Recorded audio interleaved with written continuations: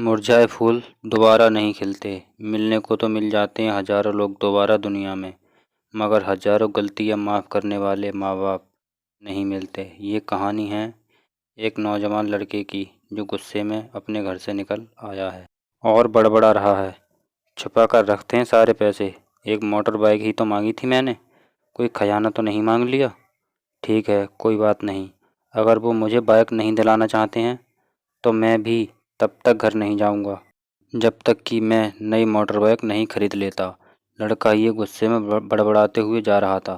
तभी उसके पैरों में कुछ चुभा। पैरों की तरफ देखा, तब उसे रियलाइज हुआ कि वो हड़बड़ी में अपने बदले अपने पापा के जूते पहन आया।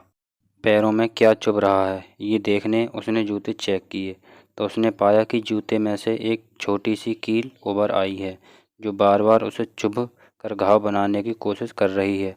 गुस्से में वो फिर बड़बड़ाया, मैं ठीक ही सोचता हूँ। मेरे पिता सच में बहुत कंजूस हैं। देखो कितने पुराने और क्या घटिया क्वालिटी जूते इस्तेमाल करते हैं। पता नहीं सारा पैसा छाती पर लेकर जाएंगे क्या। लड़का अपने गुस्से और बौखलाहट में आगे बढ़ता रहा। थोड़ी दूर जाकर एक बगीचे तक पहुंचा। वहां पर बेंच पर बैठ गया। अचानक वहां पर उसे याद आया कि वो अपने साथ अपने पापा का वॉलेट भी उठाकर लाया था। उसने सोचा आज पता चलेगा पापा पैसे कहाँ छुपा कर रखते हैं। उसने अपने पापा का वॉलेट अपनी जेब से निकाला जो बहुत पुराना और फटा हुआ था। ये वही वॉलेट था जो पापा घर में किसी को छूने भी नहीं देते थे। जब लड़के ने अपने पापा का वॉलेट खोला तो उसमें महज 120 रुपये थे और अपनी फैमिली की फ़ोटो और एक छोटी सी डायरी थी। डायरी को देखकर लड़के ने सोचा, अच्छा तो इसमें छुपा कर रखते हैं सारे राज। इसी में लिखा होगा किससे कितने पैसे लेने हैं या किसको कितने पैसे दिए हैं। अब पता चलेगा कि पापा ने कहाँ कहाँ पैसे इन्वेस्ट कर रखे हैं।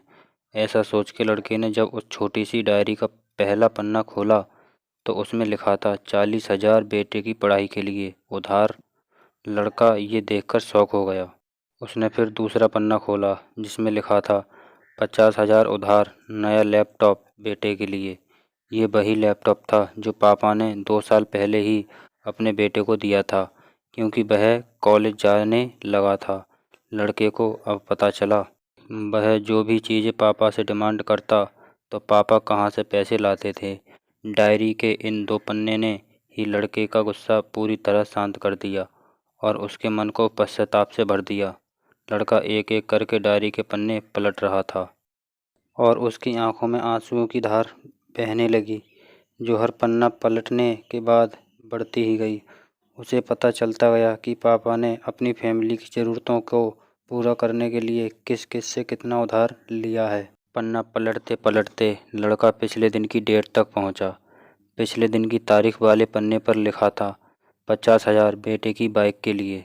इस पन्ने को पढ़ते ही बेटे को लगने लगा कि वो इस दुनिया का सबसे खराब बेटा है। लड़के ने जब डायरी का आखिरी पन्ना खोला तो उसमें लिखा था अच्छे जूते खरीदने हैं।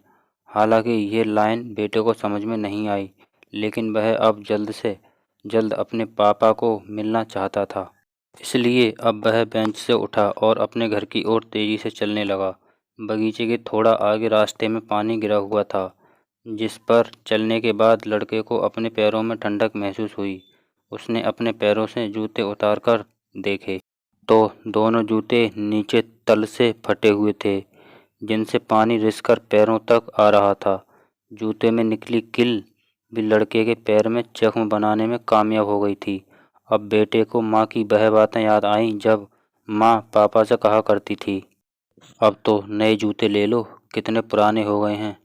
और पापा ये कहकर टाल दिया करते थे, अभी तो लिए हैं, कुछ साल और चल जाएंगे। बेटे ने दोनों जूते उतार कर फेंक दिए और फूट फूट कर रोने लगा। लड़का बड़ी तेजी से अपने घर की तरफ दौड़ा। न जाने उसमें इतनी ताकत कहाँ से आ गई कि रास्ता बहुत लंबा होने के बावजूद वह थोड़ा भी नहीं थका और सीधे अपने घर ही जाकर रुका। घर जाकर उसे पता चला कि पापा घर नहीं हैं, मगर उसे पता था कि पापा कहाँ मिलेंगे। वह तुरंत नज़दीक के बाइक डीलर के शोरूम पर गया जहाँ पर उसके पापा उसके लिए नई गाड़ी खरीद रहे थे। लड़का दौड़कर अपने बाप के गले से लग गया और फूट फूट कर रोने लगा। जब पिता ने लड़के से पूछा कि क्या हुआ, तो लड़के ने अपने पिता से माफ़ी मांगी और कहा कि मुझे बाइक नहीं चाहिए, इन पैसों से आप अपने लिए नए जूते खरीद लीजिए और आगे से मैं कोई भी चीज़ खुद के कमाए पैसे से ही लूँगा। मैं बड़ी मेहनत करूँगा और आपका कर्जा भी चुका दूँगा। ये सब सुनकर पिता की आंखों में भी आंसू आ गए खुशी के। आशा करते हैं दोस्तों कहानी पसंद आई होगी। अगर कहानी पसंद आई हो तो वीडियो को लाइक और शेयर करें और चैनल को सब्सक्राइब अवश्य करें। धन्यवाद।